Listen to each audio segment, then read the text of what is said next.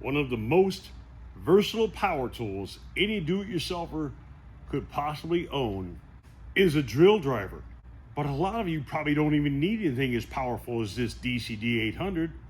So that's why we've decided to try out this compact brushless Milwaukee M18. So let's see what's inside the box.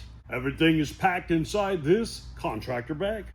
You've got your standard charger that will charge M12 or M18 batteries. You've got a 2 amp hour compact battery. Now there is a kit that includes 2 of these batteries, but it's $100 more. And then you've got your compact M18 brushless drill. This also comes in a hammer drill version. Now, as someone who has been well known for criticizing Milwaukee ergonomics, I can tell you right out the box, this is pretty comfortable. You've got your 2-speed selector. You've got a 12-position clutch plus drill mode. Now, this drill is rated at 550 inch-pounds of torque, so we're not going to be expecting it to be a powerhouse, especially with this compact 2.0 battery. You're going to get better performance if you get like a high output 3.0 battery.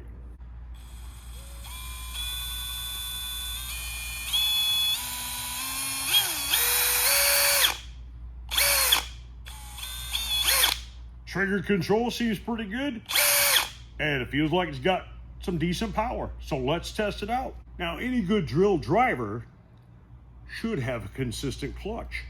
Now, we're going to test that out right now by driving some of these construction screws into this 4x4.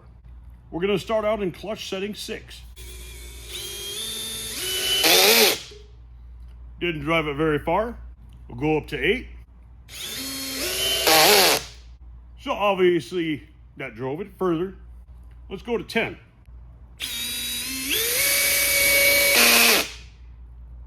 Ten didn't drive it quite all the way. Let's go to 12.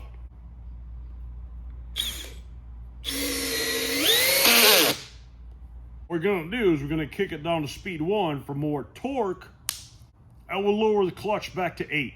Let's get these out of here.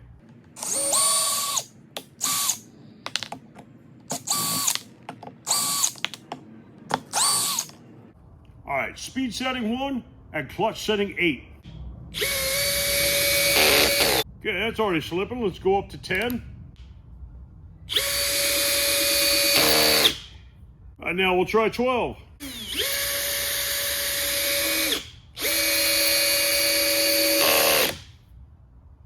All right, 12 seemed to work. Let's try a couple more and check for consistency.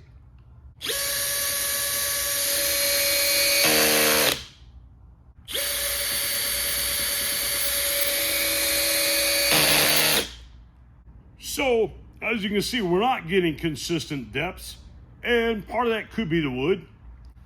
Let's get these out of here again.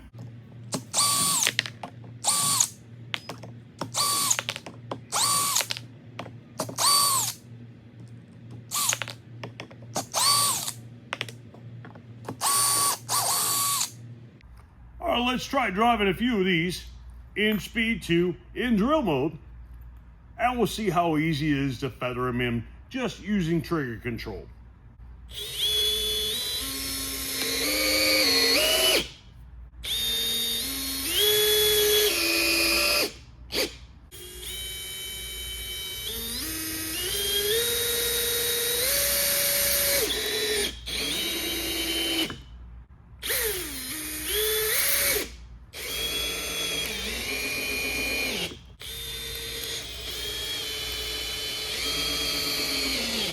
Alright, so the trigger does have really good control, which makes driving these screws pretty easy.